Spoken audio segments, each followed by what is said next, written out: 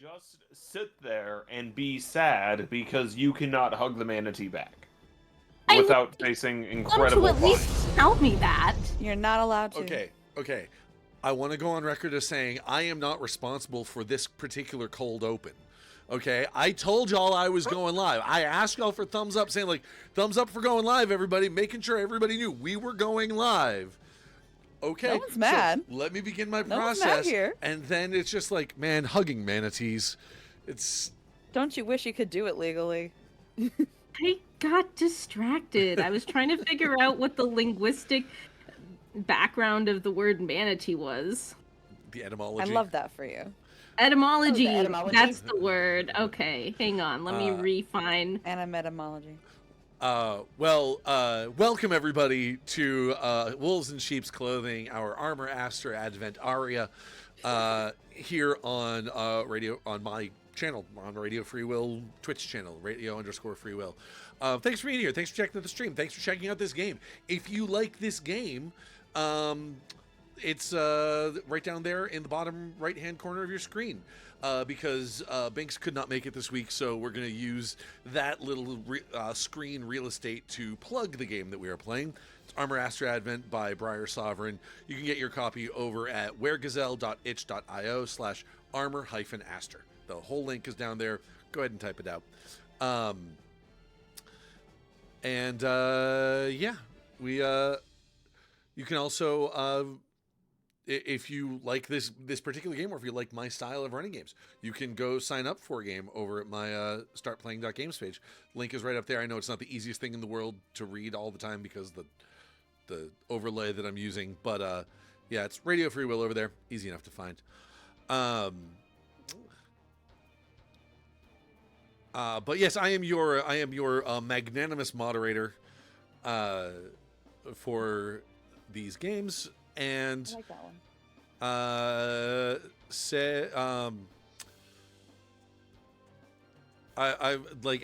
I feel the need to do a the Dimension 20 Open, the say hello something, but I can't think of something that starts with a CH. Hello. Because you guys are something. Because you guys are channelers, so it's. So, oh, and of course we had to go live because Chaos Lover dropped some bits on us. Thank you so much, Chaos Lover, and a self-care. So everybody, give a stretch and a hydrate. Are you stuck to the bed? Ren. None of what you just did was stretching nor hydrating. My cat was stuck to the bed. Had to fix the problem. No, I was talking to Nick. Okay, excellent. I think it works. So, Orange cat. so say hello, marvelous mech pilots. Hello, marvelous mech pilots. Quite marvelous. I was the only one who did it. That's okay. I refuse to obey. That's okay. We're not Dimension 20. Correct. And the last thing we want to do is steal their bit. But I will say, before we do dive into this, as a shameless self-plug, if you're not already, if you're just stumbled across this channel, I'm going to be relaunching a show that I used to call One Shot Firing Range, but will now be calling What Game Is This Anyway? The show that is like if Dimension 20 and Game Changer had a baby and abandoned it in a cornfield.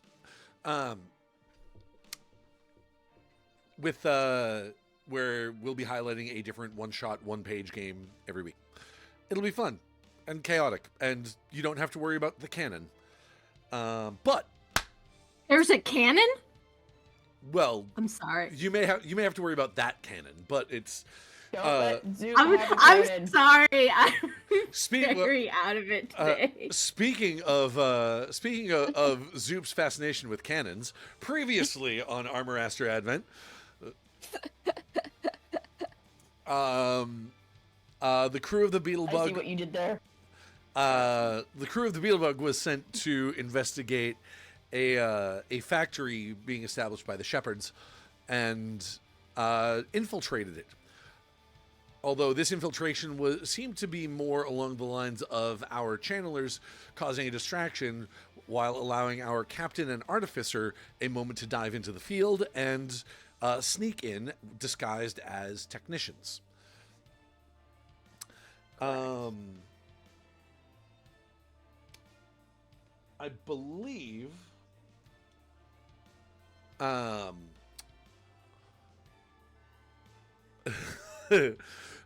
Number says Zoop is not allowed a cannon anymore. No. We give Zoop the cannon. Trust me on this. I trust her with the cannon more than I trust the other three here. Yeah, fair. Look, Have I I done haven't anything caught anyone on wrong? fire yet. I've never done anything wrong ever. You haven't done In anything history. wrong, and that's why I don't trust you with a cannon. At least No, Zoop, it's just Talking wise to the not to. person who created the cursed shark image in all of our heads. You mean the jaw image? No, the hands. oh, hand shark. Yep. Shark. I was thinking of baby jaw. That was a whole different thing. Oh, yeah. That was an entirely different level of cursed. I actively try to forget about baby jaw, but no. It keeps coming back. Baby jaw. Baby jaw. That's the thing about trauma. Baby It pops jaw. back up at the weirdest position, at the weirdest times. It's still one of my proudest RP moments in As well it should be, Will. gaming history. That is You me. guessed, and a whole problem. That is me. That was me at my most Sam Riegel. Okay, it's You did so good. anyway. We left off with our artificer and captain, basically at the launch pad of this seemingly organic rocket. That was built to, basically built for interstellar travel. Or grown, I should say, for interstellar travel. Oh, and you also, pretty much burned a man alive? Pretty much. I mean, he was... Rocket was scared. Brock Yep. was I scared, don't think that's and a the defense in a captain court of law, Zoop. and the captain said, "Is it flammable?" And obviously, the rocket ship could not be flammable, so the only thing that he could be referring to was the plant man. Oh. Yes. This man that you had basically kidnapped, a seemingly high-ranking officer of the Shepherds, who seemed to have a plant, some kind of plant matter growing over his body. So maybe even replacing part of his body, was burned alive. For clarification for me, is this the same guy that I had clocked? The imposter guy? Or Yes, was this a same guy. different? Okay. And I believe up on the surface, Electo and Draco had taken out their targets, but Lakis was still sort of in the thick of it. I think they're here.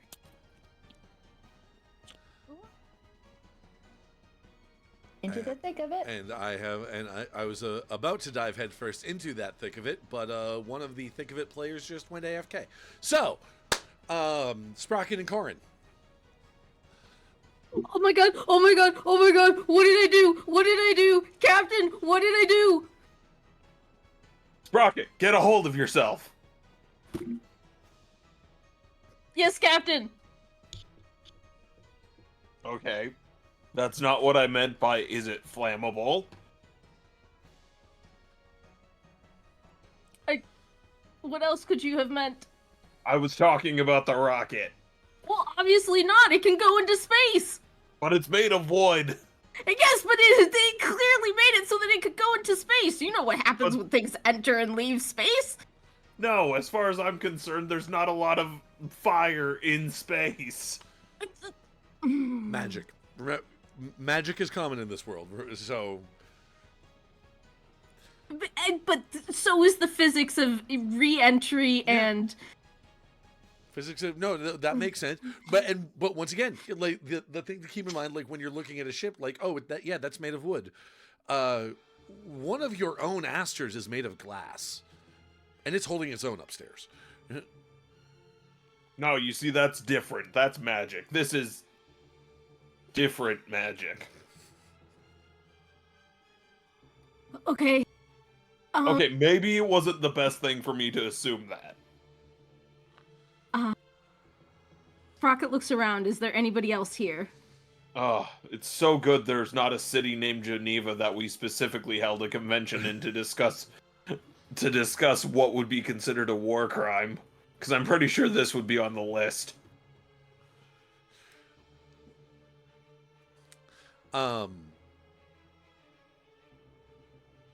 Sorry, what was the question you had, Zoop? You're looking around. Is there anybody else around? Yes. Up in the there is a you see an observation deck sort of area, like that's out on, like, basically this is where people would like sit to launch the thing. And you can see one of them holding some kind of communicator up to their head and like looking out at you and like kind of like scared and looking a little frantic, looking out at you and saying something into it.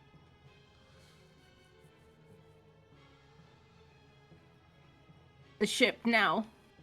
What's that? We need to board the. I've been using the wrong voice. Okay, sorry. Rocket, we can't just get in the ship and go. The launch pad is still sealed. We're going to have to open that before we get in the ship. Can you even fly this thing? No, I don't want to fly this. We have to disable it.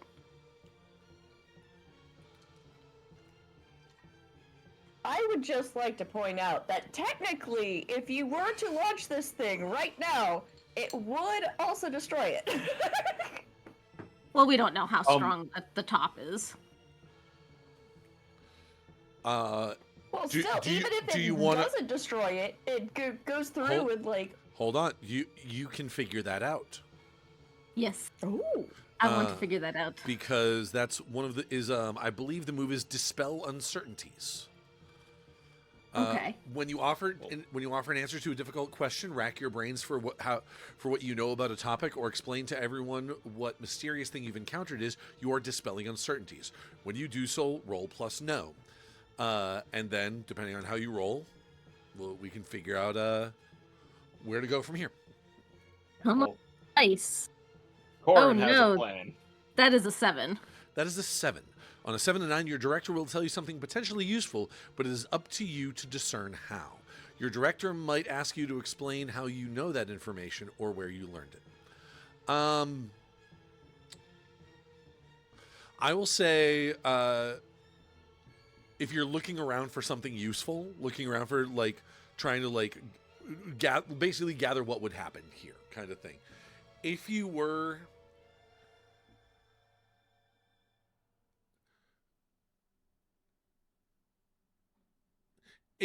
to launch the ship right now, you don't know how much damage it would cause, but you are reasonably certain it would not get into orbit. It would take off, but it would not be like a full launch, because the blast doors up there are pretty strong. But without knowing exactly the, I'll be honest, horsepower, because it's the stupidest thing in the world that even NASA uses the term horsepower. How many horses are in space? Yes, exactly. No, instead of pounds of thrust or anything like that, no, horsepower. Yeah, so without Pounds of thrust would be an awesome porn name. Well, that's what it's going to be. That's Sprocket's porn name. No, all right, no, that's what it's going to be, gang. If when I hit 1,000 followers, I'm calling it right now. When I hit 1,000 followers, I'm going to do a Tingleverse game, and I'm going to set it in space, and we're calling it Pounds of Thrust. Yes. Write that down, someone. Anyway, that's 1,000 followers. Like whichever comes first, 1,000 followers here on Twitch or 1,000 followers on YouTube. YouTube's considerably farther off. Anyway,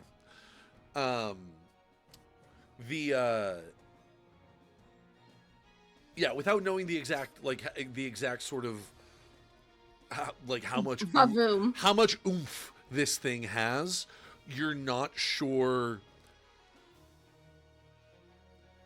how much damage it's going to do, but it's definitely not going to, you are, based on how strong, the structures around you look, you are reasonably certain that it will not achieve full blast off if you launch it right now, because it's going to hit those doors and then something will happen. Either the structures will fall down around it, or it'll sort of effort through and then just kind of or something.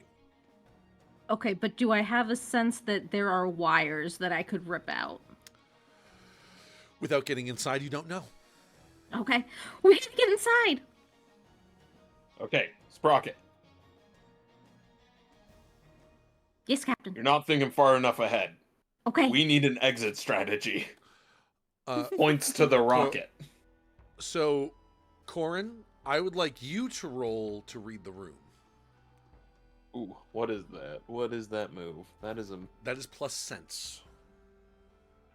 Okay.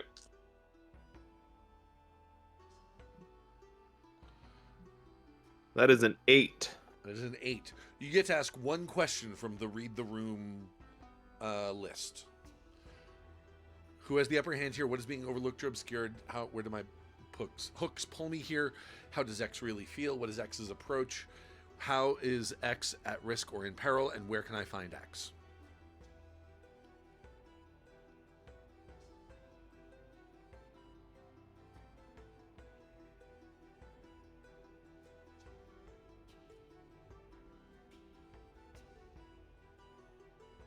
Where can I find the controls to launch this bad boy?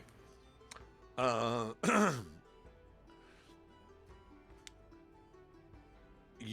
rocket is the bad boy. Yes. Yes, we know. Thank you for clarifying.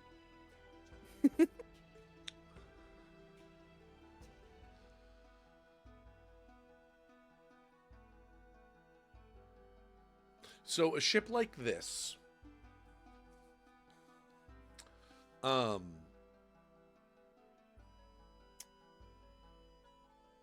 this thing is going to be magically powered. You know that much to be certain. And magic like that is going to require someone on board to perform the rituals necessary to keep it moving. So you would have you are fairly certain that it would be on board this ship.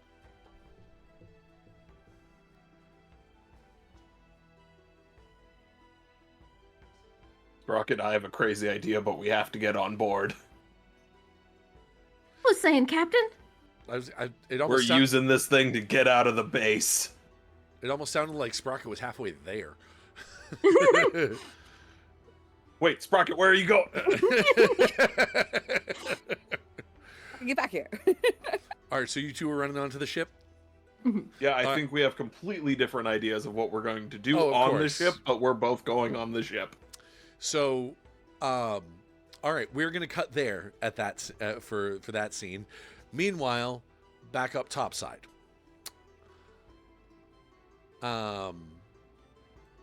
Lakis, you are surrounded. Hi. You are surrounded by 4 Asters.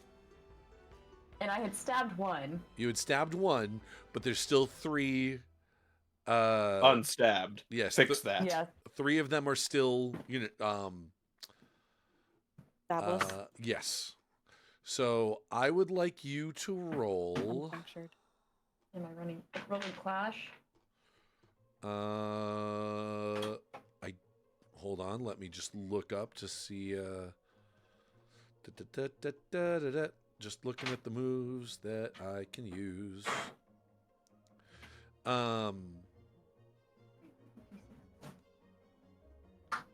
No, because you rolled Clash last time. I'm going to have you roll to weather the storm. Okay. This has, because What? that's, in this case, it's going to be plus Defy. The reason I'm making it weather the storm is because you're so outnumbered right now. Right, it's 1v4. You were able to stab one of them, but the other three are sort of taking that the opportunity of you focusing on that one to try to get the jump on you. Mm. Yeah. Oh, Yep, I'm shit. getting him. Nice. That's double sixes. Plus 1, so 13. Beautiful. Yeah, your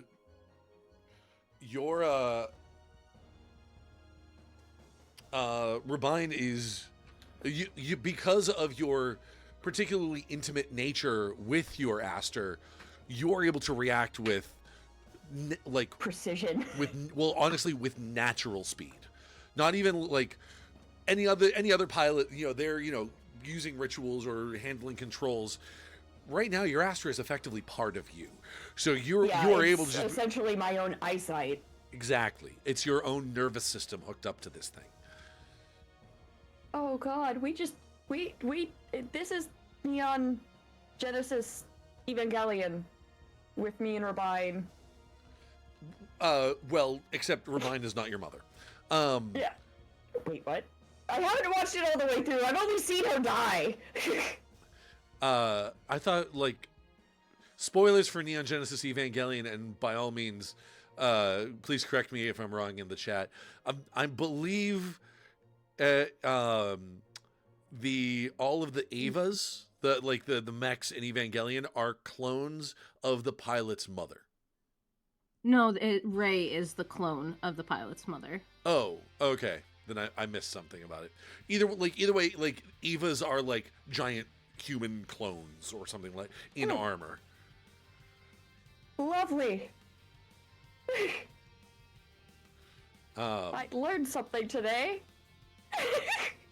I'm not sure how to feel about that particular thing. So Rey is a clone of Shinji's mom? Okay. Yeah, it's been a long time since I've seen Evangelion, so, and I kind of lost the plot towards it about halfway through.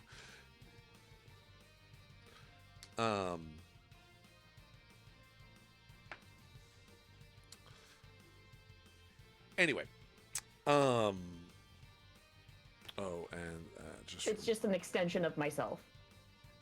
Okay, good. Yeah. So, and with that comes a degree of sort of muscle memory kind of reaction time. And yeah, you are able to effectively parry and spin out from any oncoming blows. Electo. She doesn't have her headphones in. So, Lakis, what do you want to do? I would like to try to mollywop someone else. Okay. In their group.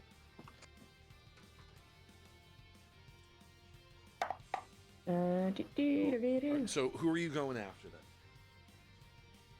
then? Whichever one just tried to whack me most recently. All three of them did. It was you were weathering a storm of punches, basically. Just then whichever one's closest. Okay. We'll say that there's one. I know I described them all as being very kind of, mass-produced, with each having their own kind of individual, like maybe paint job kind of flair to them. This one has the one that you're going after, it has a skull painted over the head part of the thing, which is really its only extra indicator. Decoration. Yeah. Okay, go ahead and roll plus Clash for me. Okay. Let's see.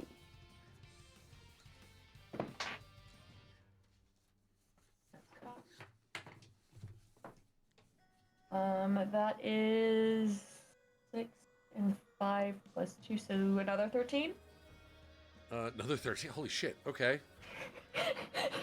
That's a 6 and a 5 on the die. Yeah, that's gonna be exchange blows on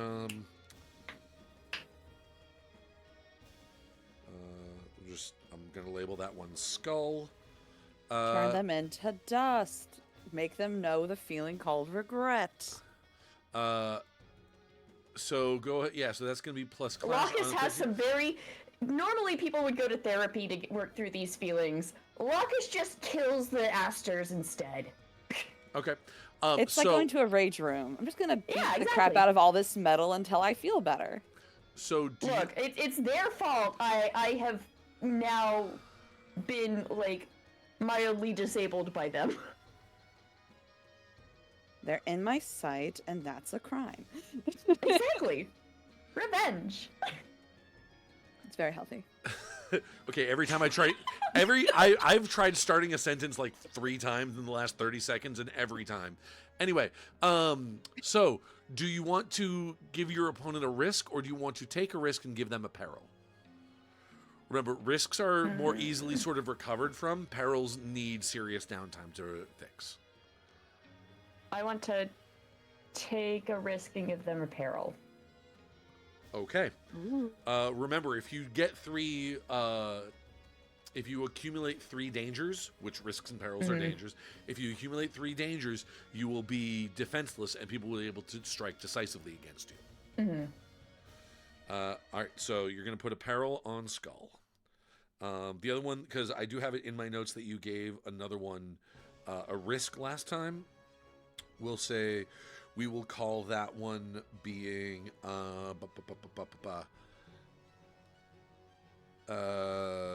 what sort of decoration should that one have?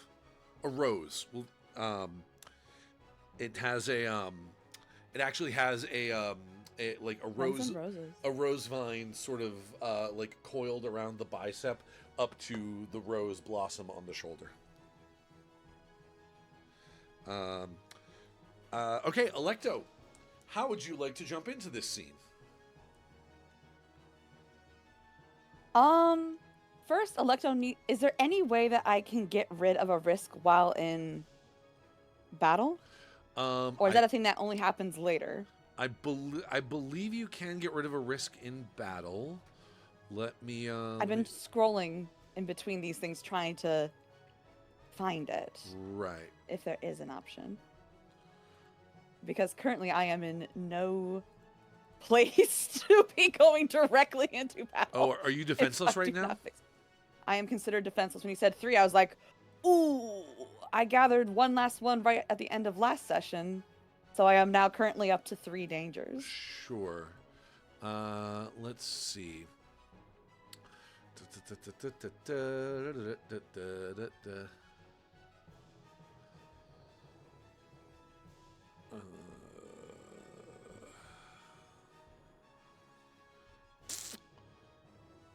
Risk are temporary things that can be resolved during a sortie, like having the low ground during a fight, being on fire, or being distracted. And perils, more permanent, must be solved during downtime. A danger to you is a danger to your Astir and vice versa, for all intents and purposes.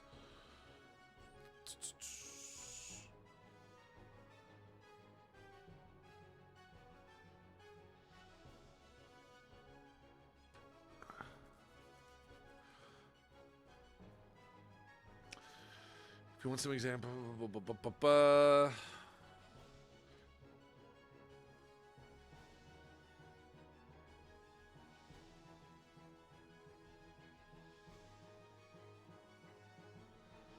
I do not see it. I will say, given the because you've you know what, I'm just gonna say I'll look up the actual rule on it later. I will say because you have finished the encounter with the 2 that went out to chase you and Draco, Right. you are no longer in immediate danger, so you can remove a risk. Okay. Did we describe the risks that you'd taken? I wrote notes. Where did my notes go for that? It looks like I had 1 peril, which was described, and then I had 2 risks. 1 risk meant that I needed to recharge Familiar Matrix before using it again. The other one was an unnamed risk. Okay.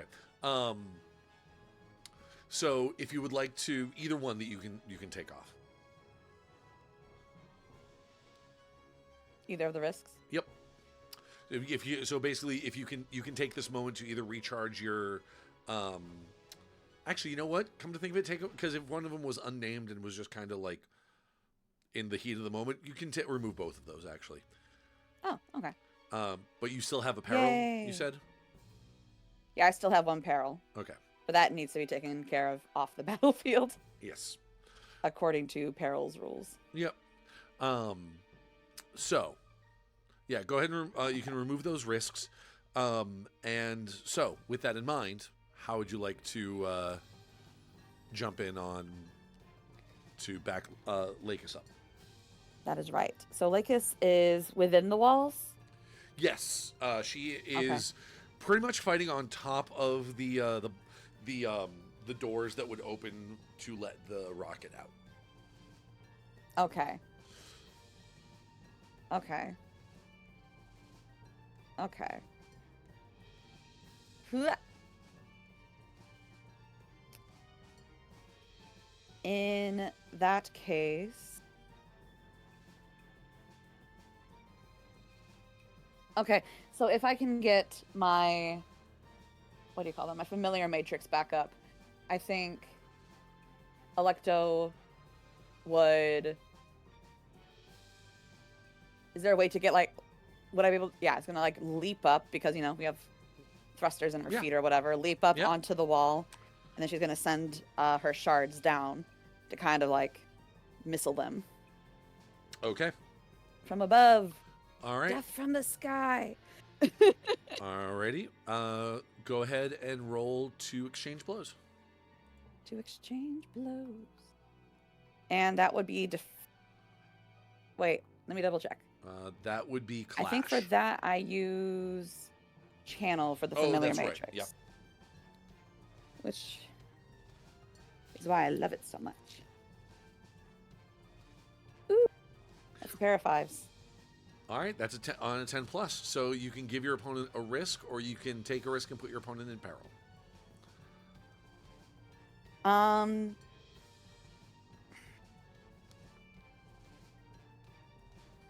I'll just give him a risk, I think. Okay.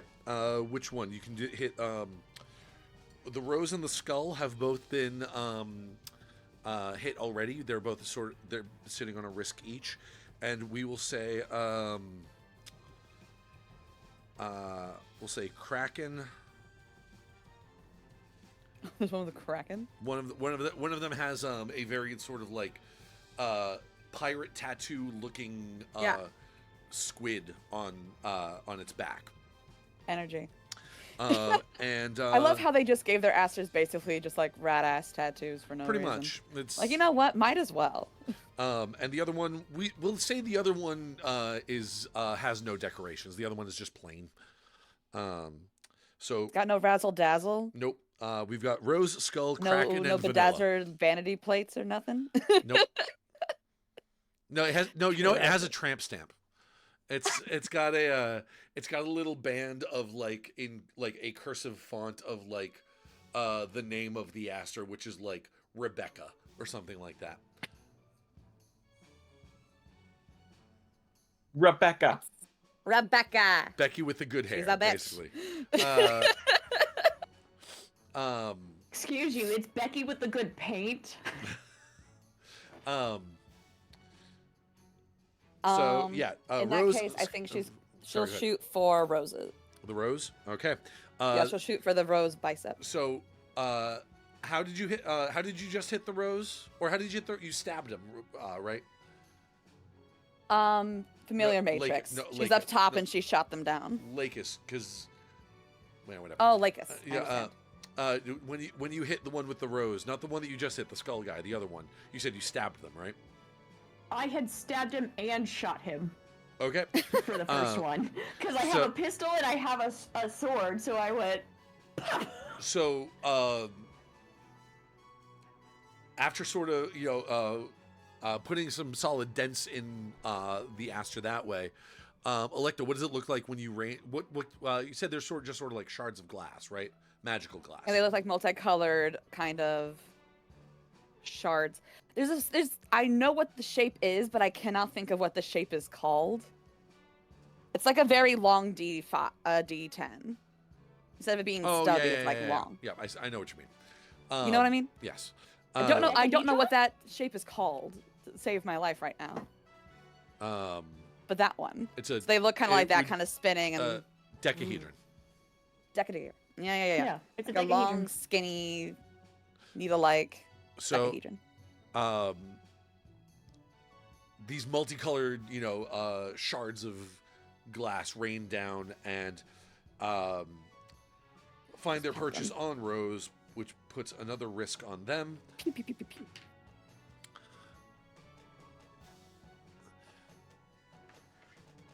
What's next?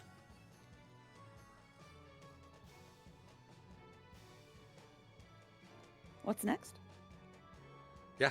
How many of them are left? All 4 of them are still up. All 4 of them are still up. Gotta get them. Okay. Actually, because I am puppet stringing. I'm puppet stringing Binks. But that is only a 9. There is a momentary gunshot rings out.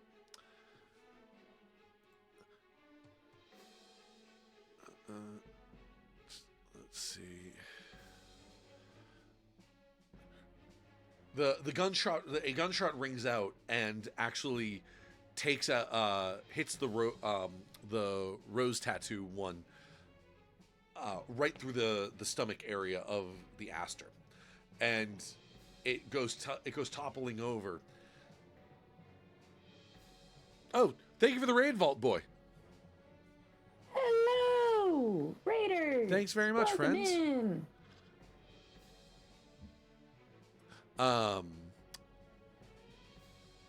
So yes, the Astir goes toppling over, and you look up to see where the shot came from, and perched on top of the factory is Draco's Astir, aiming his gun down, and there's the light sort of like shimmers around him a little bit, as if he's trying to go invisible again, but it doesn't seem to be working. He has a risk on him. Okay.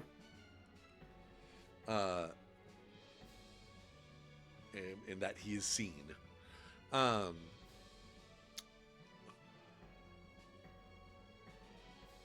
And Rose is taken out.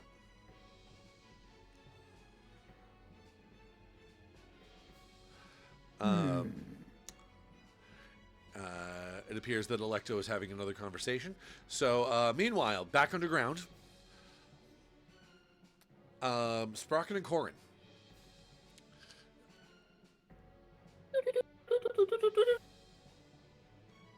So, you make your way into the ship.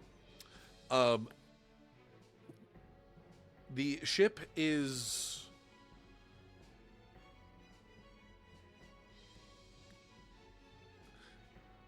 The ship is is equipped for a...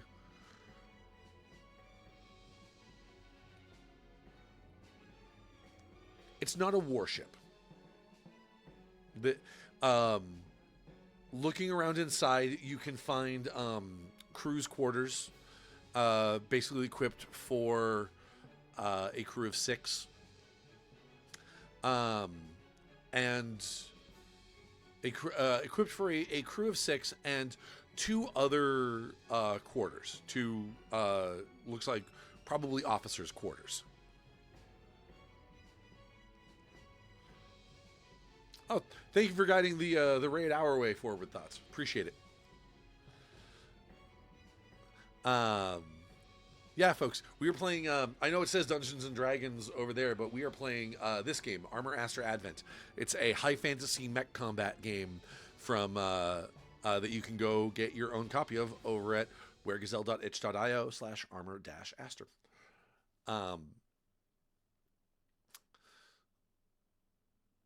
Yes, so 2 officers' quarters.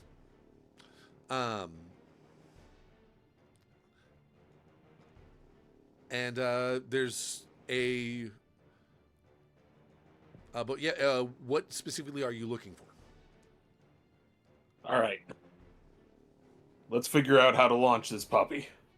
We gotta go to the command deck. I was going to say the steering wheel, but okay. The bridge. You know better than that. You've flown in Astir. Yeah, and that was a cockpit. Actually gonna be a cockpit, but for more people.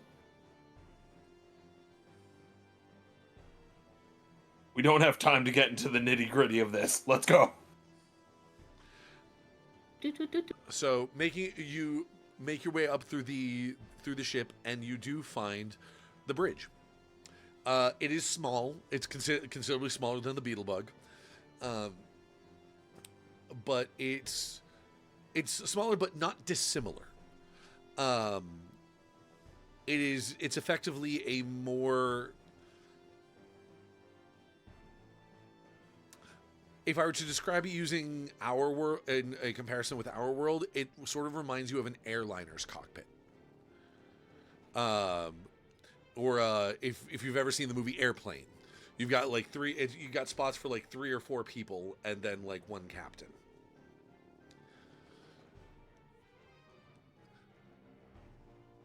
I want to roll that thing to dispel the mysteries. Okay, you want to try to figure it out? Yes. Okay, go ahead and roll plus no. Come on, dice. That is a 15. Tell me everything, baby. Tell me everything. Okay. On a 10 plus, your director will tell you something directly useful you know about the situation or subject at hand.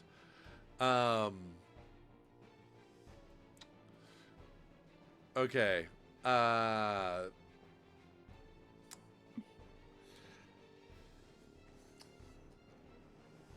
This is child's play.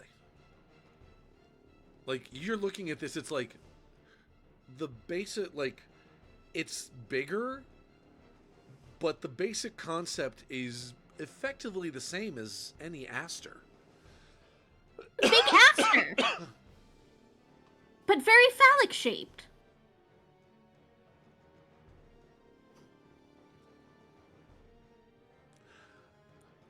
I'm sorry, the only thing that went through my head just then was the idea of Voltron and someone going, "And I'll form the dick." All I'm thinking of is that gag scene in Austin Powers. Pekka! Wait a second, Will. They do say that in Voltron, and I'll form the head.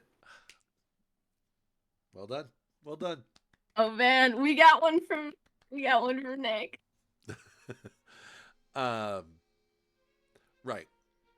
But yes, the tech is easy enough for you to understand. What you don't have, though, is any sort... Well, what you don't have immediately, because quite frankly, I can't remember what moves you specifically took as an artificer, is the ability to channel any magic into this. Which Yes, is... I don't have channeling ability. Okay. Cohran, do you still have your channeling abilities?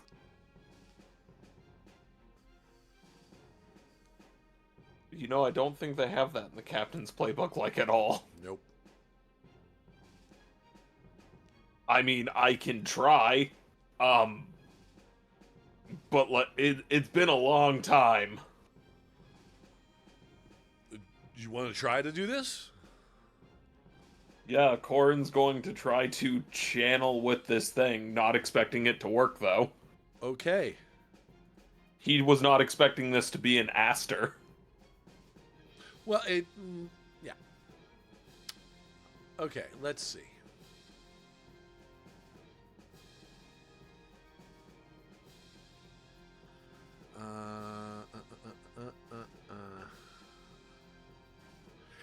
something with magic outside the usual purview of controlling their Astir, and you think it's something within their ability.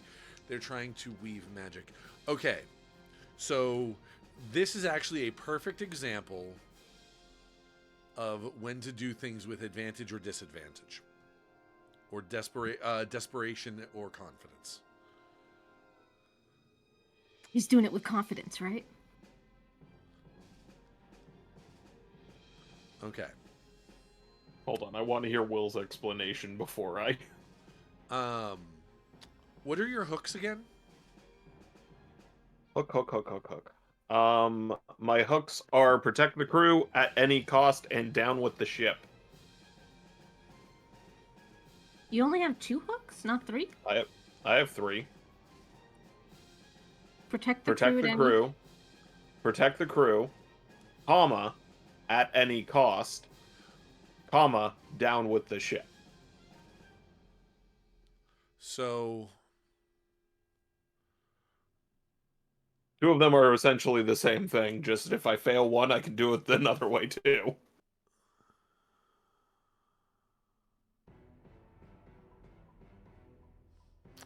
okay.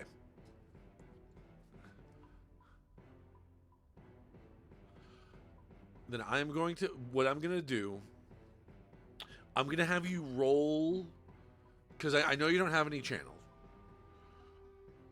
No. But I'm going to say, because this is kind of a Hail Mary, like super risky shot, you are going to be rolling this with desperation. Okay. So that what that means is any of the dice that come up 6s count as 1s.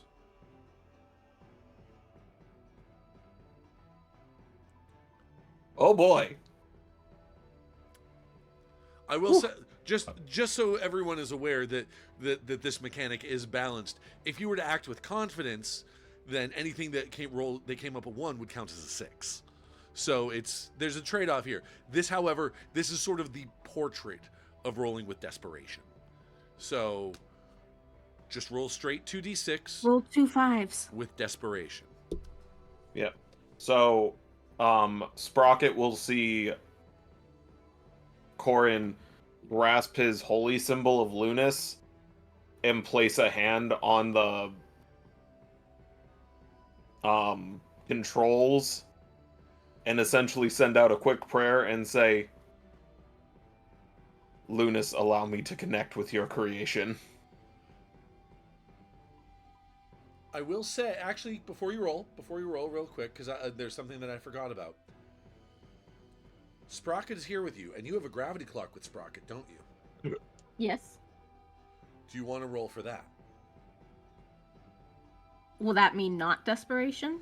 It will mean desperation, but you'll get a +1. Oh, okay. Even though our gravity clock don't have any pluses on it? They start at +1. Oh, they start at +1. Yeah. I didn't know that. Then I'm at a +3 with Electo. Yeah, Wait, you're at a plus. I'll roll with the gravity. No. They don't. The value doesn't go up by 1 until you fill the clock. Oh. It starts at a +1, but it's a 4-track clock. Once you hit that 4th thing, it goes up to a +2. It's a 6. I thought it was a It says 6-track 6 clock. on here. Oh, is this it? My bad. It's a 6. It shows That's the my 6 mistake. boxes, so... My mistake. It's a 6. Okay. Yeah, I'll But use my you start with 1. Yes. You start with 1. Yes. Okay. You start with Yeah, 1 checked, or you just start with +1? You start with +1. Oh, okay. Once Never you mind. fill up all 6 boxes, that fills the clock, and then that +1 goes up to a +2. Gotcha. Yeah. So I'll use a gravity clock with Sprocket, because Sprocket is believing in me. Do it, Captain! I believe in you!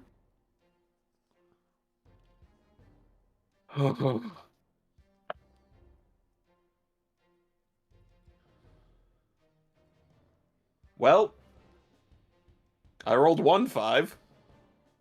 What, did you roll a 6 for the other one? I rolled a 1 for the other one. No, well, I mean, I was gonna... So that's a 7 with It's a the 7. gravity clock. 7 is a mixed success. So let's see what happens when we weave magic and a mixed success happens. You succeed, but your invocation is twisted and in an unexpected and dangerous way. How do you think your magic gets twisted in this? So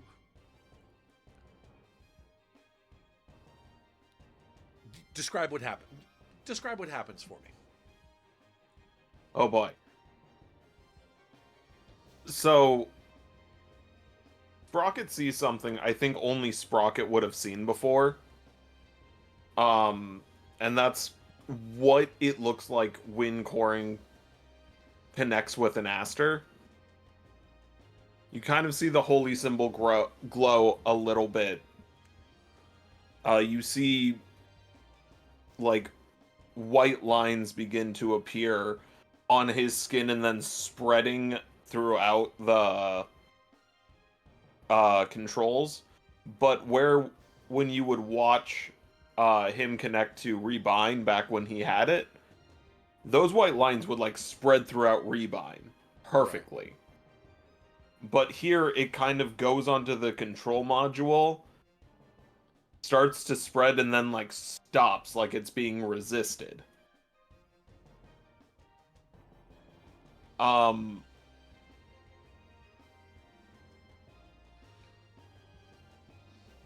And while Cohran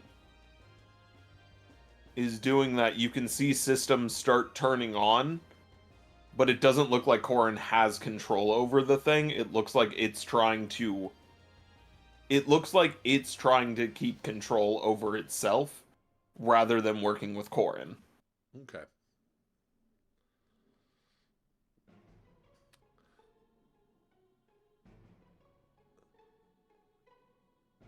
So yeah, those white lines of light like radiate out from your hand. How are you interfacing with the terminal? Or is it just one like hand on one like hand's on his symbol? holy symbol, the other one's like has his hand on the control panel. Sure. Like if there's a screen, that's where his hand is. Yep. So yeah, they're reaching out, they're like trying to like radiate out from your hands and just sort of like they're struggling to get out. But it's enough that you can feel the magic sort of course through this thing, and it's starting to sort of shake as if it's getting ready to take off.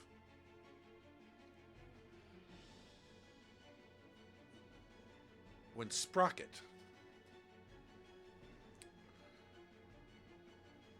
you feel a hand grab you from around the face. This hand is blackened and gnarled, like an old tree that was set on fire during a forest fire, and is barely. It will regrow, but it does not like anything right now. And it pulls you up.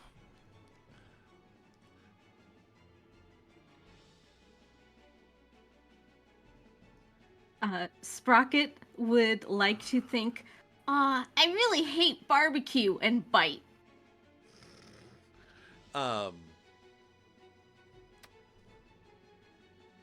Roll plus clash for me.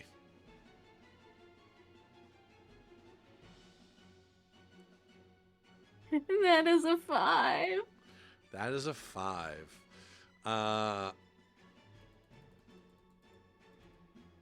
You try to bite, but hold on. Where is Where do you? Oh, spotlight. There's spotlight. Okay. there's the director moves. 2 spotlight. Sprocket gonna die. And you try to bite, but his grip is too strong. and you can feel there's a blade at your throat now with his other hand. Cohran, while you're sort of trying to basically brute force magic this thing into life, you hear this commotion and it says, "Step away from the console, or your little furry friend here is going to be its new fuel."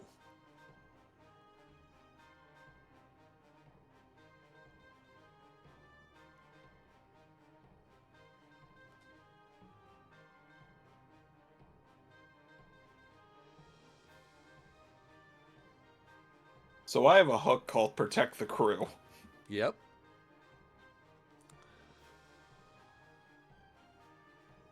What do you want to do?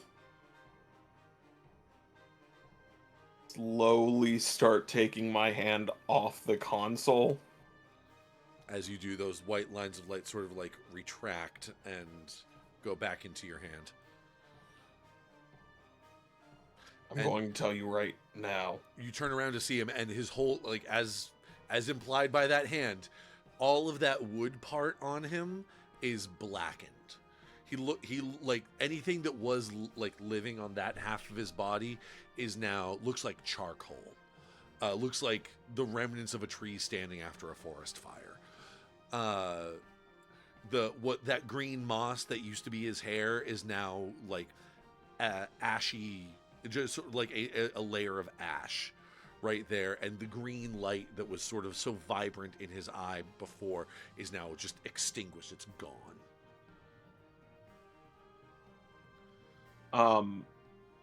Cohran's going to look at him and just say,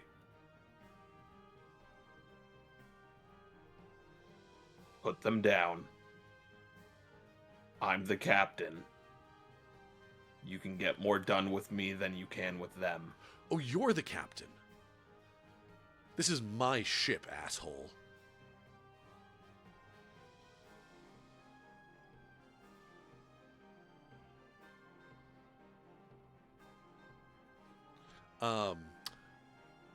Cohran, I would like you to roll plus talk. And given that one of your crew is in danger, you can go ahead and roll with confidence. So any one is a 6? Correct. Okay.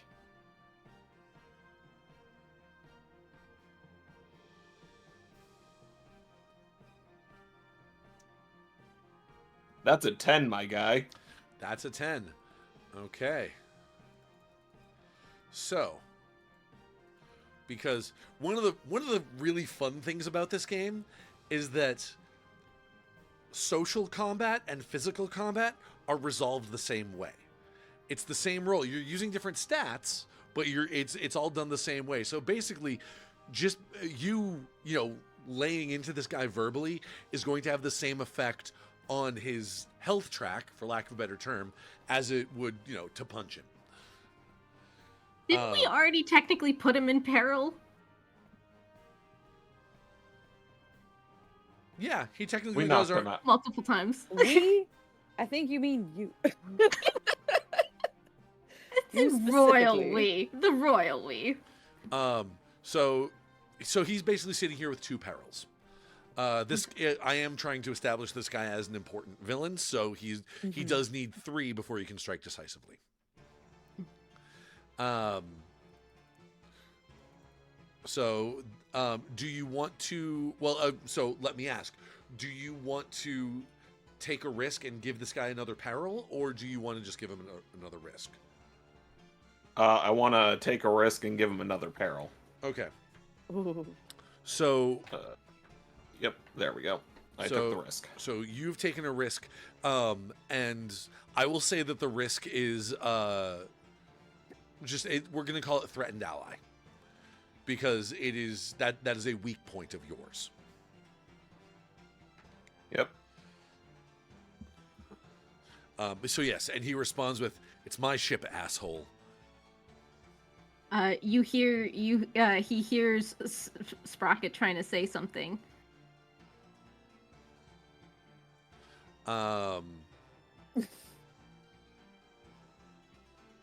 I will let you roll to exchange blows as well. Do I get to? Does he let me talk? Well, okay. We're gonna find out. Roll plus talk. Okay. Okay. How hard are you struggling, Sprocket? All right. That is an 8. That is an 8. Okay, so it is successful. So you can give him a risk. Or actually, I believe that means you both take a risk, isn't it? Hold on, let me refresh my memory. Lots of new rules to look up. Where is exchange blows? So many rules and regulations. Both you and your target are forced to take a risk. So that means it's going to be a risk for you and a risk for him. So did any of my risks from the elevator go away? Yes. Okay. You've had a bit of time to sort of. I'll say you can get rid of one of them. Okay. Because you haven't had necessarily enough time to fully recompose yourself, but enough to get one off. But you're gonna take another one because as so you are able to let me say it, and then he can do something because he's going to be really pissed off because he's going to say, well, I mean, at least I made you look way more badass. You should really be thanking me. Rude. Rocket, shut the fuck up. And he's actually going with that, he's going to sort of keep his hand over your mouth and just sort of bop you in the head with the blunt with the hilt of the knife, and just be like, shut the fuck up, and readjust his grip to better cover your mouth. Okay. Because you were clearly able to struggle out of his grip to, say something. And if only we had those conventions I was talking about earlier, Sprocket.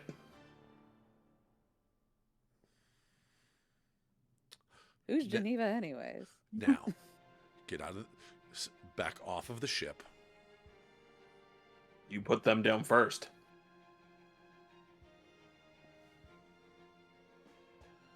You put them down, I give them the order to get off. They'll listen to me. But if you hurt even a single hair on their body, I will make sure neither of us walks out of here.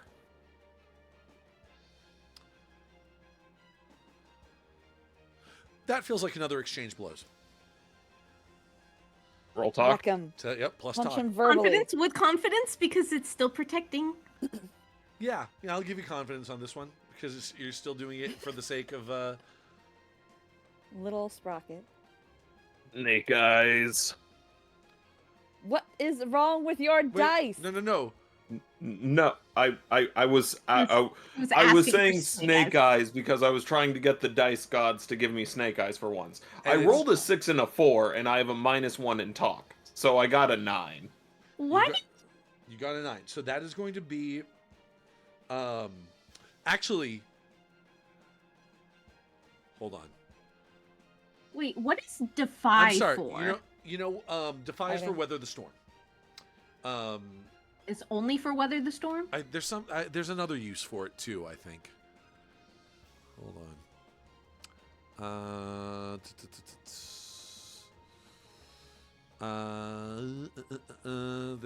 I know there's something else for it. I'll look it up.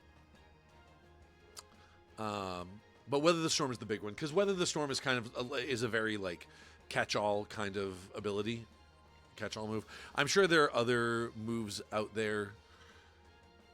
You know what? I just realized because that was his that risk that he took from Sprocket was his third risk. You could use that you can make that a strike decisive if you want. Strike decisively. Oh hell yeah! I'll strike decisively with that. I'll scare the shit out of this man. Puts that at a 9. So you succeed as above. Oh, defy is also for leading sorties. Oh, leading. Yeah, that's right. So you succeed. So you strike true. His words land, and he's going to do what you say, basically. But you choose one. You overreach or underestimate and take a risk. You waste ammo or words, losing the use of a weapon until you can rearm, or losing the weight of some bargaining chip or piece of leverage, or you strike carelessly, causing collateral damage beyond your expectations.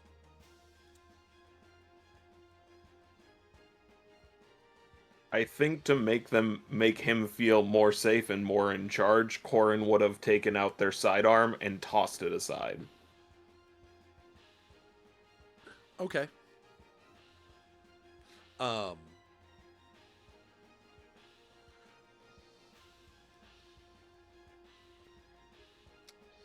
He's gonna set Sprocket down and let them go.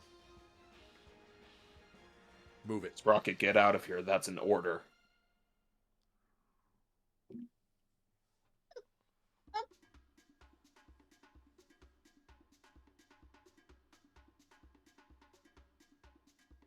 Sprocket backs out of the room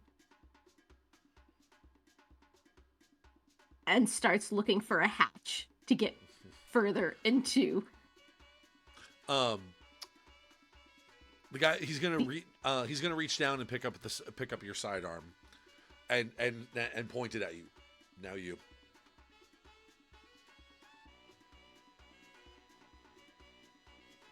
Cohran's going to start slowly walking away, backing out,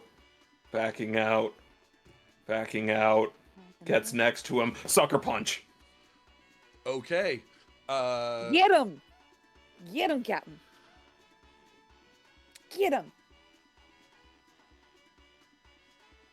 I'm gonna start asking for defy rolls instead of clash, because I'm terrible at clash. Who needs...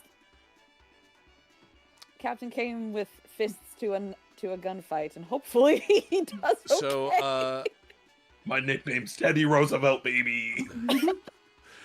So go ahead and roll plus clash for me. Haha, that is a +1 for me because I'm good at fighting. Fisticuffs. Much pugilism. Very pain. That's a 7, so I'm about to get shot. Get shot in the foot. Oh no. So I'm gonna say that this is a decisive strike again. Because he is still sitting on all these dangers. Are you gonna take the risk for the mixed success on the strike decisively? Yeah, I'm going to take a second risk, and I'm going to call it shot. It's just a flesh wound.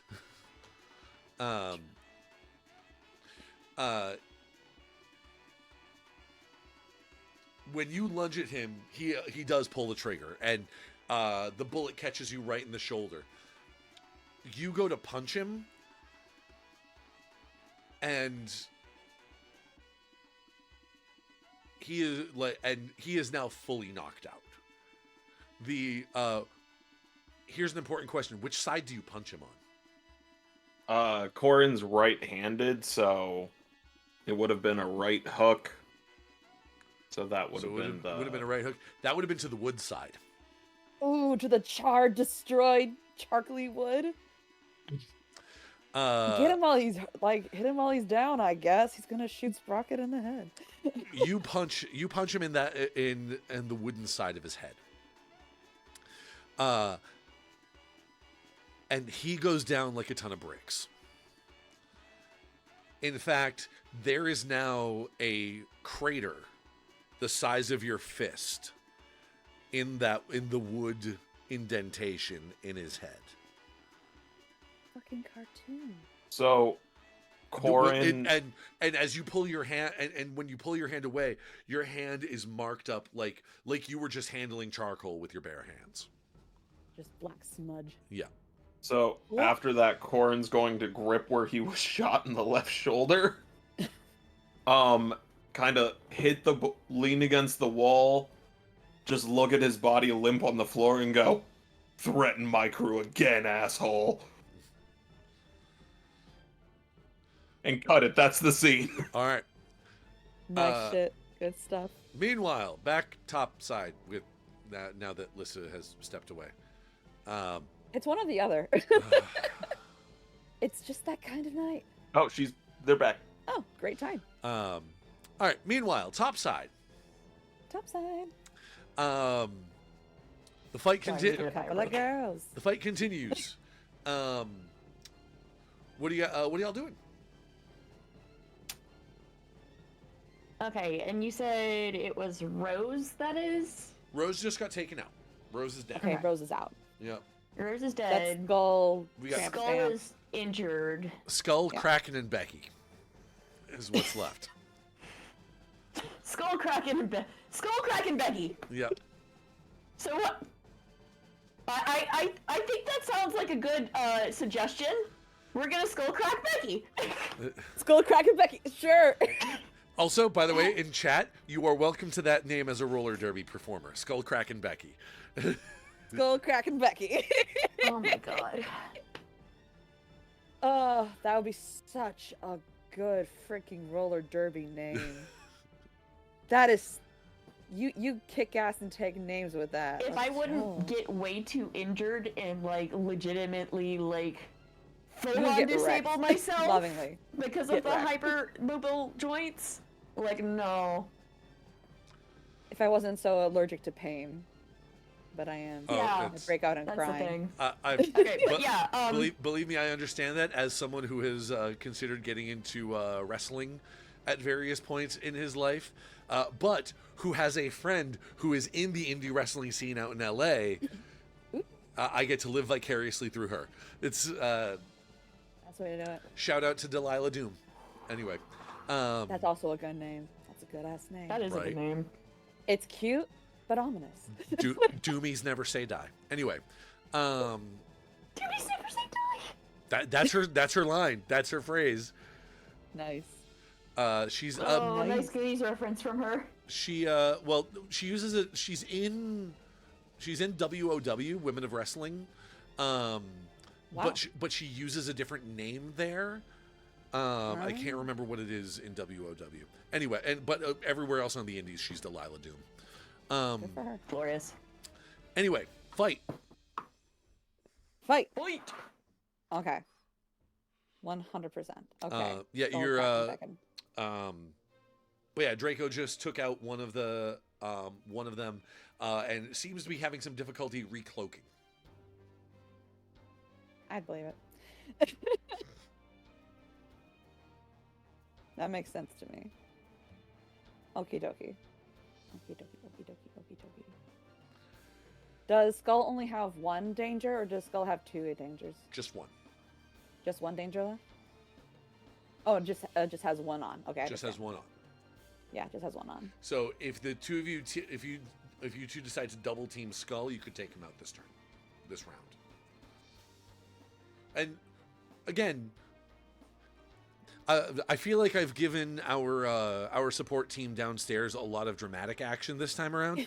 Feel free to play up the drama a little bit in this one, of you fighting in your Asters. You know, it's I Get feel shot. like Get- the way Lacus, the inside of Lacus's Astir Rabine, is probably which mobile suit was it? It's somewhere between the style that Jaegers have in Pacific Rim for how the controls go, and there was a mobile suit. Mercy, go lay down. I know. Hi. And there was a mobile suit one where essentially you had a rubber suit. Come on, Mercy! No! Go! Sorry. A like rubber suit on that tightened around you, and you're essentially doing the punching and everything. right. No mercy. Electo is still up on the wall. I think Electo's going to like radio into Lacus and go, if I pin the skull bug down, you can rip its lungs off? Hell yeah. Okay. And she's going to take her her glass glaive, and I think she's going to do like that superhero bullshit where she jumps from the wall down with the glaive and stabs it to pin it down, so that Locus can then do some kind of crazy whatever. Okay, go ahead. Roll to exchange blows. Here we go. Ooh, that's a 7. That is a 7. Okay, so you are going to give them a risk, but you are going to take a risk yourself. Okay. We're just going to call that off balance, because it's just. Oh, what was my risk, by the way? I don't remember. Outnumbered. Outnumbered. Woo! Superhero landing. Exactly, That's Dirty really Rogue. hard on your knees. Totally impractical. Superhero Yeah, I'll do landing. it. Dirty Rogue! Hi! Yes. But that puts a risk on Skull. So if you want to strike decisively, Lakis, you can. Rip its yeah. arms off. I think. So, how are you doing? Are you like holding their arms across, or? What I see is that she was up on the wall, and then she like jumps down with the glaive and pins it down, so it's kind of like stuck flat to the ground, or at least knocked to the ground, I would imagine. Okay, so With just the glaive straight through like the carapace of the thing. All right, and strike decisively is plus what? Plus clash in this case. Okay.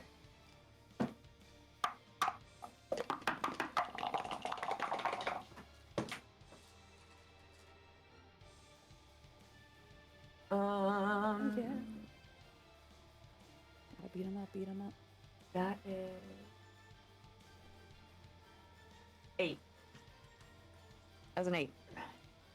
An 8. Alrighty. So that is a mixed success. So you overreach or underestimate, take a risk.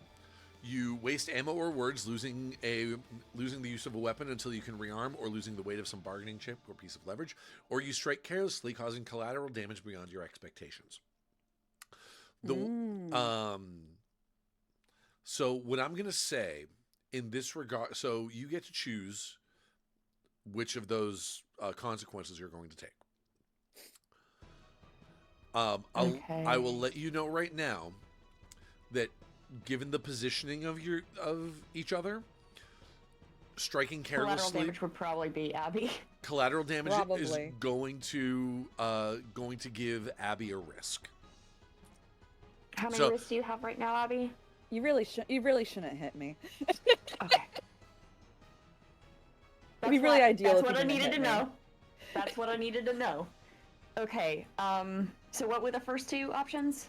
You can take a risk yourself, or you can lose the use of a weapon or weapon until you can rearm. Okay.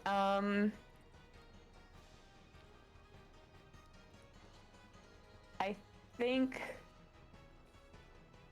I want to lose the pistol. Okay. Okay. So that means you've pinned him down, and so you're going to use the pistol to take him out. Yeah. Okay. So tell me what it looks like when you open fire, and take this guy. Shoot him down.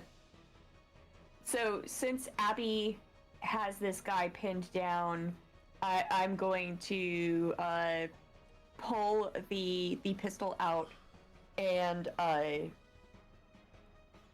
essentially just shoot him in the head. All right, shoot him in the head area. Just break the head. Yep, you open fire. Boom. Turn that skull into. I love the idea of it just skull bits. looking so careless, just like pulling it out and just like out the side, just doing it. Just so careless. Bang. Okay, done. Evidently, Skull's design paint was indicative of their defensive capabilities as well. You open fire, but evidently that head area is particularly well armored. So the first few rounds you shoot sort of bounce off, but you're creating enough dents that you're basically just sort of powering through it until eventually one goes through it and knocks him off his feet, and he goes down. you're out of it, but that also means that gun is now out of ammo. You used your last rounds on it trying to puncture the armor. Okay. But he's down. All that's left is Kraken and Becky now. Kraken Becky.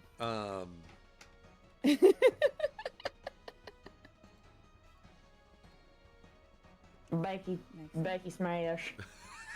Oh my gosh. I just love grass.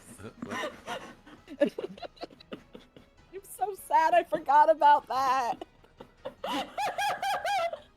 I did too. I would never have named this thing Becky if I had remembered it, to be honest. I didn't think about it until just that it came out of my mouth. Circle. Touch tail. Touch tail. No tail touch. Mike's a nice man.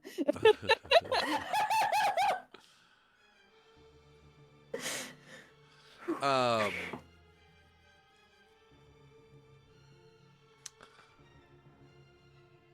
forgot about that. Wow. That hit me in the TikTok. Okay. Thanks, dear. So Appreciate Kraken has a spear. He's using a long spear weapon. Yeah. Love a pole arm. And Electo.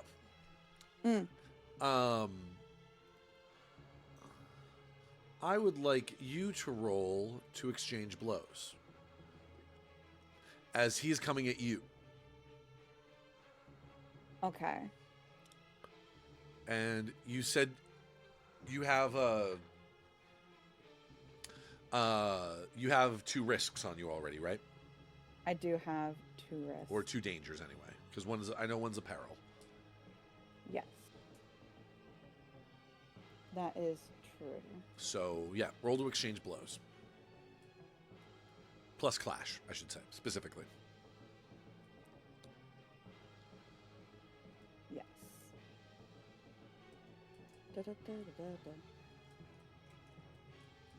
One moment, I'm looking something up real quick, Yep, no worries.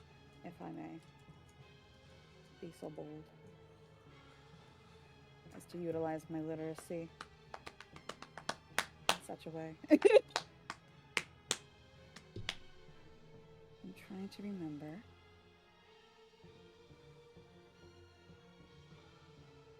This book has so many words in it. Wow. Just drowning in words. What are you looking for? I'm looking for tags. One of them had an explanation of something that I would think would be useful. Tags and gear? Bum bum bum ba dum bum bum. There we go. Which tag are you looking for?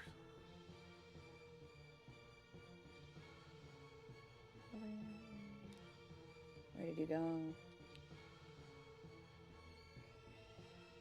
I'm looking for the ward tag. Ward. It's the end of +1. You may use this tag once per sortie to reduce an incoming source of harm from a peril to a risk, or from a risk to nothing.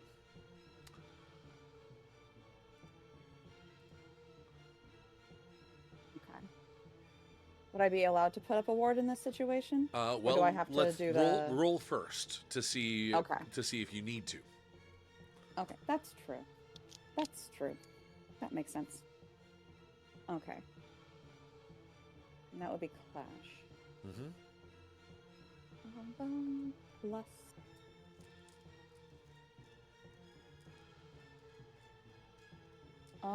That is an 8. That's an 8. Okay, so you are going to take a risk, unless you want to use your ward. I think I would like to use my ward. Okay. I think I would very much like to use my ward. So, if that's the case, tell me how you are with this Lancer, which, forgive the pun. It is what it is. Yeah. This Dragooner. Well, no. It's a pun because probably the most popular mech combat RPG on the market is called Lancer. Oh, is it? The yeah. more you know. Yeah. I've never actually played it. I own the book, but That's the story As of my is life. the way of TTRPGers. Yeah, You have so exactly. many books that you never use. Yeah, 100%. Anyway, Right. so this Lancer charges at you. You are able to get your ward up to negate any damage that it would do, but it is also going to get a risk itself. Kraken is also going to get a risk themselves. Okay. So tell me what it looks like. Your ward and or counterattack to give them the risk. Okay, for the ward, I believe what it will look like is inside the Astir. Electo's focusing on trying to like get her glaive out of Skull, Yep. but then her little familiar just kind of flashes like a danger red. And she goes, "Okay," turns around, sees that, instigates the ward, and the ward makes the soldering that's holding all of the arcane soldering that's holding the mech together glow bright white, and kind of create like that like force field of like light over top of it as it kind of like and then it reflects the damage away. I I'm feel making like the bets off. it should look like a like it creates a shield like maybe like a couple of feet above the surface of your thing, and it looks like it's this. What does it look like? It looks like a panel of stained glass, but what is the pattern? Let's see. Oh, what do you call them? Oh, what are they called? Is it called like a mandala, where it's like that big, repeating kind of pattern thing? Yeah, a mandala. Mandala. It's just going to be a big kind of mandala Sure. of just reds and blues and yellows and greens and all that and all the colors. So you at the last moment get that shield up, and it sort of like glances off, and they're open for a counterattack. What does it look like? Okay, with that counterattack, I think that gives her a moment to actually pull the glaive out and then be able to swing it around to whack them from behind the warding. All right. Just kind of has them bounce off and gives them enough time to whip it around. Yep. Sparks fly from it as the blade sort of like glances off some of the armor plating Exactly. on that. Lakis. While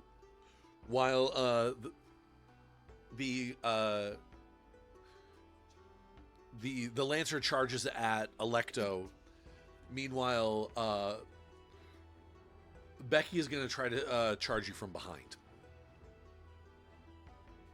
Becky's trying to smash you. I would like to smash run. Becky. Smash Becky! Becky's I smash. hate it! Let me smash. Let me smash. Let me smash. Let me smash. Becky, let me smash. No, Mike. Go ahead. So, go ahead and roll to exchange blows. Circle. Flash, right? Yep. Oh my gosh.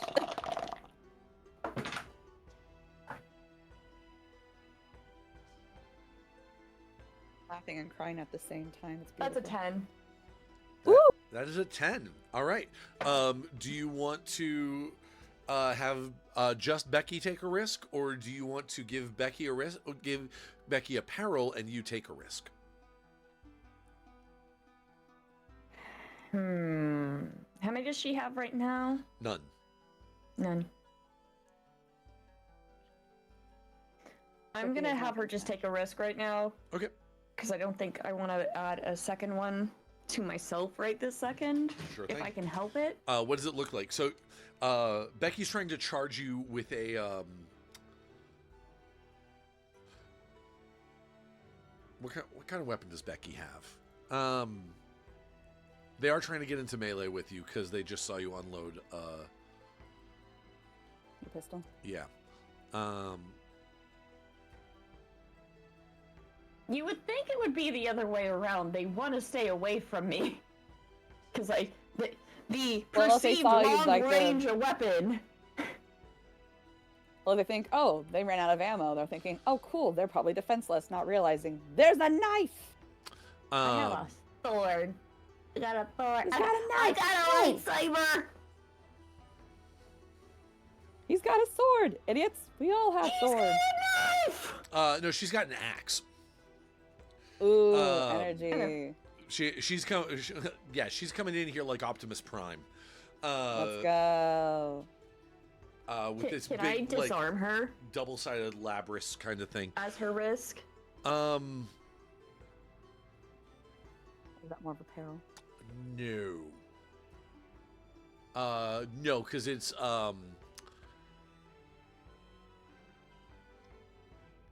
Okay, then can So- I well, damage so- her So this what's sensors to be able to see? So the way it's gonna what you'll do what does it look like? What do you want to do? I see her coming at me with this axe, and I pull out my sword, and I just laugh, and all, oh crap, Becky, not Becky. Electo. All Yeah. Electo hears. I'm definitely not Becky. All Electo hears. Opal is a classy bitch. She does not need a tramp stamp. It is, Lacus going, "Oh, fuck off, you stupid cunt!" and I swing at her. Oh lord. So with you giving her a risk, So rude. she So violent. she gets the she'll swing with the axe, but then when you come in with your sword, she's able to get it up and block and just sort of you push her back. You're hitting her Okay. with more force than she was expecting. Mm-mm.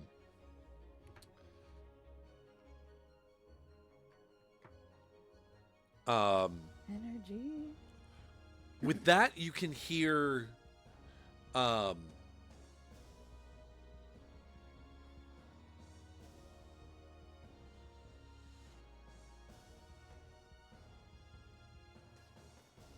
alarms have stopped.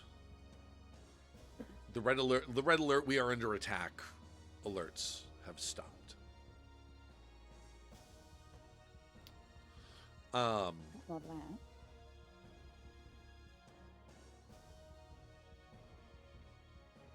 Hey, Captain Sprocket. Report in? We are attacking. There should be sirens because we're still actively attacking. Are you attacking? I'm attacking. How's everything going up there? Why do you have pain in your voice? The fight is still Answer happening. my It's just question. the alarms have stopped. You guys are still like still at the cockpit like fighting off shit, going like, "Hey, Captain!" Oh, yeah. Like, hey, report in! Who's not dead? Sound off! Another. How red are you iron. all doing? He said with pain in his voice. Not great, but not dead. 2 are down. 2 to go.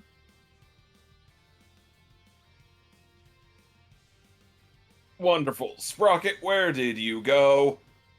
Where did Sprocket go? Where did Sprocket go? This is a very good question. You're Yeah. muted, love. Okay. Sprocket looked for a hatch to get into the ships. Oh my lord. Getting into the ship's Inside. guts. Okay. Yeah. Getting all up in them guts. Got it. Given that this is phallic as a device that I don't want to tracks- think about it, Lissa. You need to stop. Oh, the sadness. I'm gonna have you roll to read the room. Roll plus sense Okay. for me. Plus sense. Where did my sheet go? Read the Um, room. Oh no, where did my sheet go? Okay, roll sense. Sense. That is an 11. Give All it right. to me, give it to Okay. me. Well, then you get to ask 3 of the questions from the read the room list. Okay. Page 22 in the book. 22.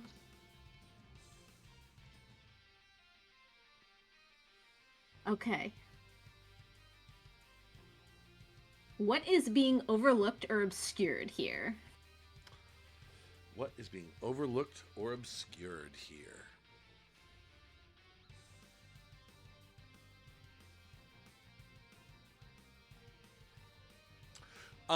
One thing that something you're able to, while you're sort of thinking about the situation, you're kind of able to put 2 and 2 together. This is a organically grown wooden ship of some kind that is whose inner workings are very similar to that of an Astir. The guy that's been sort of hounding you the last little bit is part wood, part plant matter. This guy, this was his, and when he said that this was his ship, he is the channeler for this thing. So there is a certain degree of nature magic at play here. Which makes sense while you're looking for a way to get on the inside of this thing, and you just find wood. It's like you may as well try looking under a tree's bark to see how it works.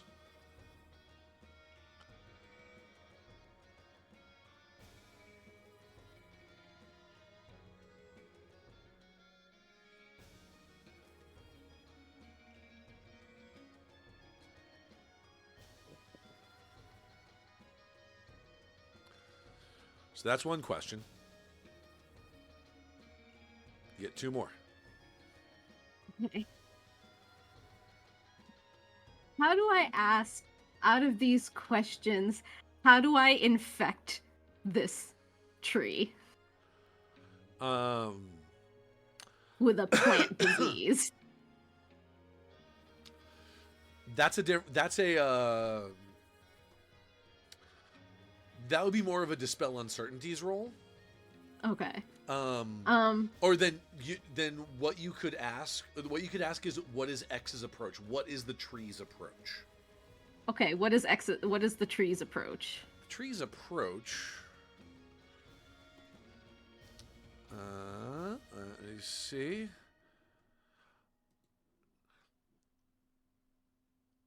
So usually nature magic like this has a certain elemental bent to it.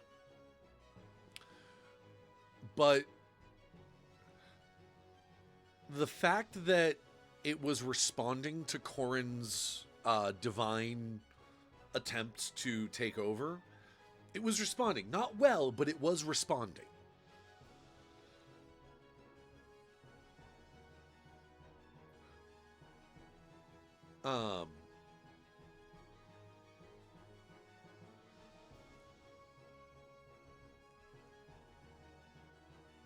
Actually, hold on a second.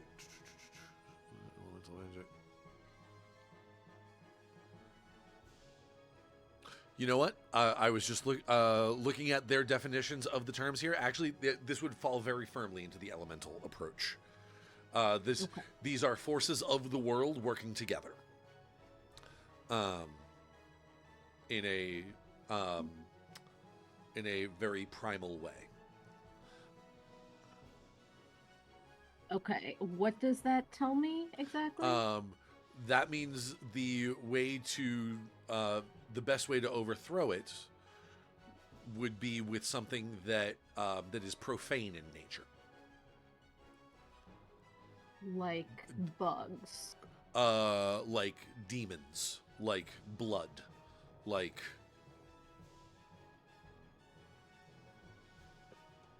I'm just gonna Is Draco profane? That is correct. Yes, right. His Astir is basically a deal with a demon. So yes, The sassiest demon. I'm just gonna say, if blood is considered profane, then Cohran is bleeding all over this thing right now. Blood magic. Blood magic. What? Why did you say blood got magic? Blood, you got magic. You just said blood magic to the same tune as Hot Pockets. I say Blood everything magic. to the tune of Hot Pockets. Blood Blood magic. magic. And this is why I'm not playing the witch. It would not work in my favor. Okay. What did I just miss? Blood magic. Boys. So, okay. What is my last question? Oh, I lost my questions. Oh, no, you said Page 22. Yep.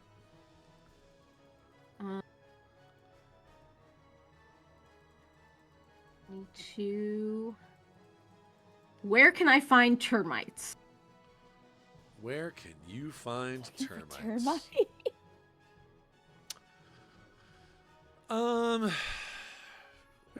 Where there's wood, I would imagine. And there's a forest right behind the big old forest right behind this base. Where there's wood, there is a way. Okay. Okay, Why Cohran. do I feel like we're about to get a call from Sprocket asking for termite delivery?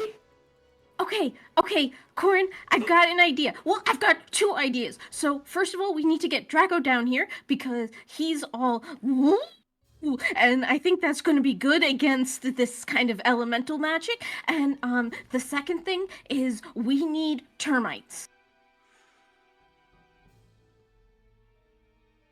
Rocket, Yes. I'm losing a lot of blood right now. I need you to say that a lot slower. Okay, so Draco can come down here and get his bleh all over all of this elemental magic, and that might be able to stop it. But also termites eat wood. Are you suggesting we feed this man to the termites? His ship. We feed his ship to termites. Think about how big and juicy they'd get. With all that magical energy. Oh, you could have a termite stew. You're so excited about this idea. It's so Okay. extremely scary. You give this idea to the people upstairs. I'm gonna try talking to it again. I don't think that's gonna go very well. Listen, I'm bleeding. I'm about to Okay, lose let me- consciousness. I would like to- That was a risk, not a peril. So you're not bleeding out. Like if it was a peril, you'd be bleeding out real bad. If it's a risk, it's really just a flesh wound. Captain, Maybe you're he being has a really case of the man dramatic. cold. It is just a flesh Maybe wound. he just has a case of the man cold. It's You all in just- his head. You're being very dramatic. Here, He's a very give tough me. man, but oopsie, his nose is a little sniffly. And I go into one of the crew quarters, rip one of the sheets, to make a thingy and come tie it. I really like what makes Cohran have a man cold is getting shot. It's like a flesh wound, and he's You- like, flesh oh, it's wound. the end. Corin, you're a former soldier. You've been shot worse than this. Yeah, you. It's just been need a to hot put minute. Band-Aid on it. It's been a hot minute, but you have been shot before. Okay, it's just because he's just being all man coldy because he had a disappointing interaction with an Astir. And it's clearly upset his self-confidence quite a bit. So I'm just Oh, gonna no. wrap this up. It And bruised his then- man ego. Yeah. And I'm gonna give him the comms to call in the orders. Here's a blanket. Here's your comms. You're doing so good, so strong, so brave. Numbers has the best answer in chat. Stick a tampon in and take control of the ship. That's how we do it every day. That's That You are the just, captain that now. just reminded me about my question about stuffing and this is your turkeys. reminder that was the original use. What of are you tampons. talking about, Zoop? What does that sentence mean, Zoop? Oh, you don't want to know. Zoop? You don't want to know. It's No, not I think appropriate we for do, on Zoo. stream. It's not One appropriate. session you say things that That's- cause okay, that that's- cause Geneva Convention that's violations. The next time you say things that make my heart shatter because I'm Gang, so scared that- because I don't want to know. That's a discussion for Radio Free Will after dark. I don't wanna. Okay. Yeah, it's not quite 9 yet. We're not in Adult Swim hours yet. Golly. So, Cohran's going to take the comms and go, okay, I need to talk to Draco, and I need termites down here, trees down here. I don't know, we're gonna try to feed this ship to termites. And Draco, Feed you're a gonna ship? corrupt the shit out of this thing. Okay. Feed a termites to what? Wait a second. How much blood Guys, I have you think lost? Draco's comms are broken. So this is what I'm gonna do. Okay, because I don't want to rob Binks of this moment for his character to do the thing that his character was effectively built to do. I think we're on in the spirit of that. I think we're gonna call the session early this week, just because the Okay. next part, like, it's all It's sort of set up building. in a That's good really way. that's really good for me. Okay. We're set in a good Yeah. place. I will say that I am gonna do a little bit of a cliffhanger here first, though. Ooh. Because Wow. as you're getting this message, Lakis and Electo, Oh Lord. a shadow sort of looms overhead. Okay. All right. It is a launch platform. Basically a flying aircraft carrier kind of ship. Like a helicarrier type thing. Yeah, Oh Lord. with shepherd markings on it. Fuck. Reinforcements. They sent for backup. Yeah, I had a feeling. Yeah. And we will find out what that backup is next week. Which termites I'm aren't glad I gonna come decided into not to play, take are that they? Second risk now, even more. The termites aren't going to come into play, are they? They're mundane, aren't they? Yeah, termites are mundane. Most termites would be. Although, because there is a brief descriptor of like what each of the like approaches are, which will give you an idea as to what they mean by each different approach. Yeah. And profane, a profane Astir might rely on cloaking itself in shadow or impeding foes with hexes and curses for protection. At range, it might shower other Astirs in acid or poison, or use ignoble magic that harms an Astir's pilot directly. Up close, its melee weapons might use dangerous or forbidden materials for cruel results, or project blades of psychic or shadowy energy that passes through armor easily. Spooky shit. Yes, the spooky shit. Well, Binks will be very excited. Yes. So, with What that, a nice treat. we will we'll leave it on that cliffhanger and give Binks the opportunity to try and weave some magic and corrupt this thing.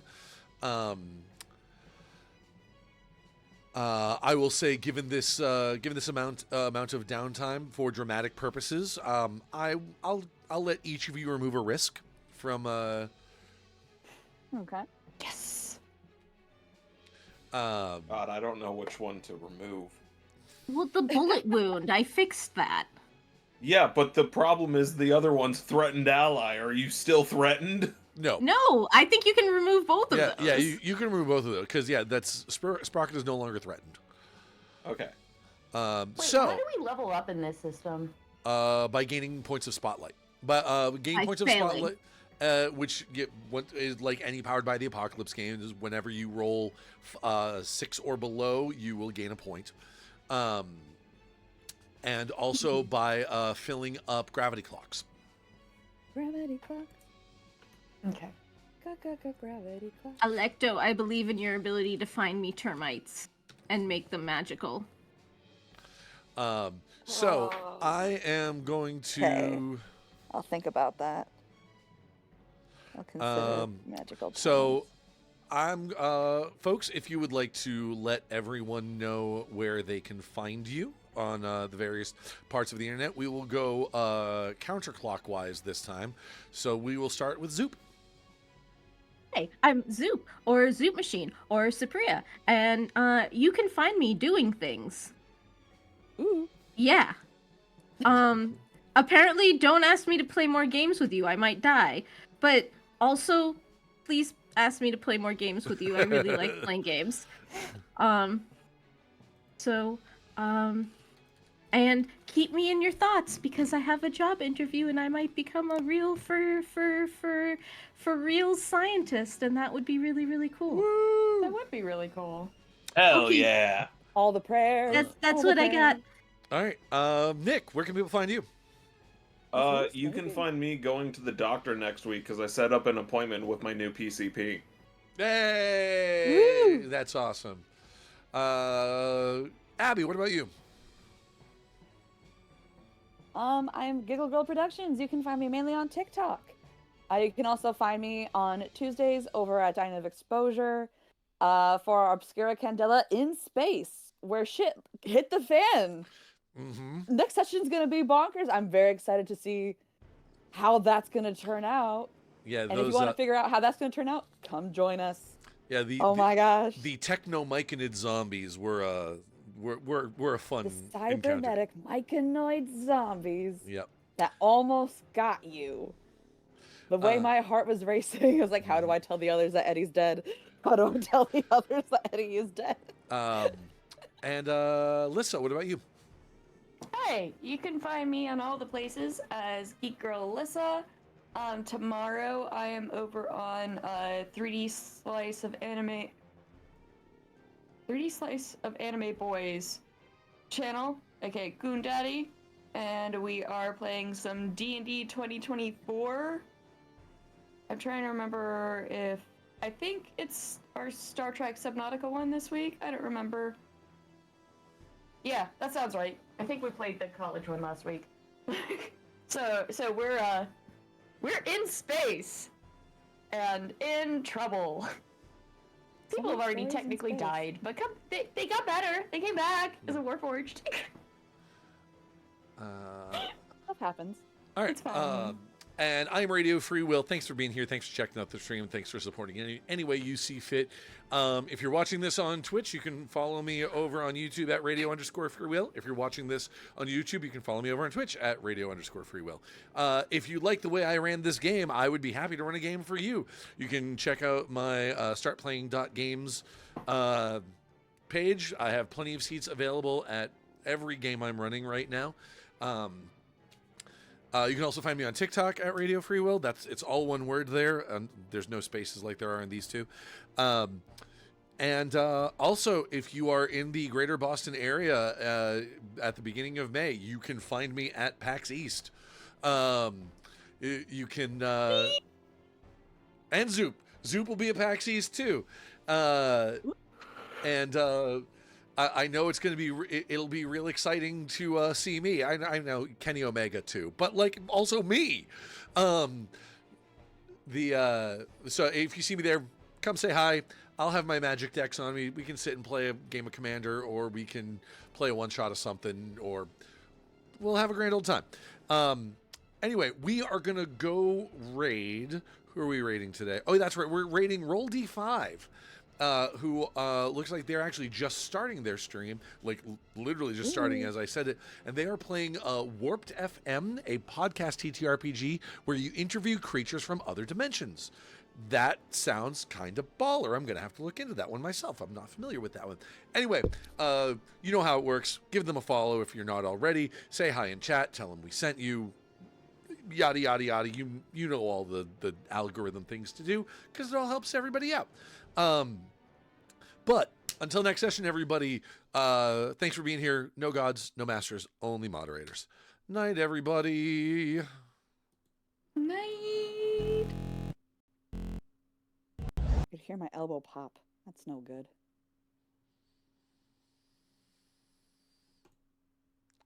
How are your wrists not snap, crackle, popping when you're moving it around like that? It's the worst thing when he does that.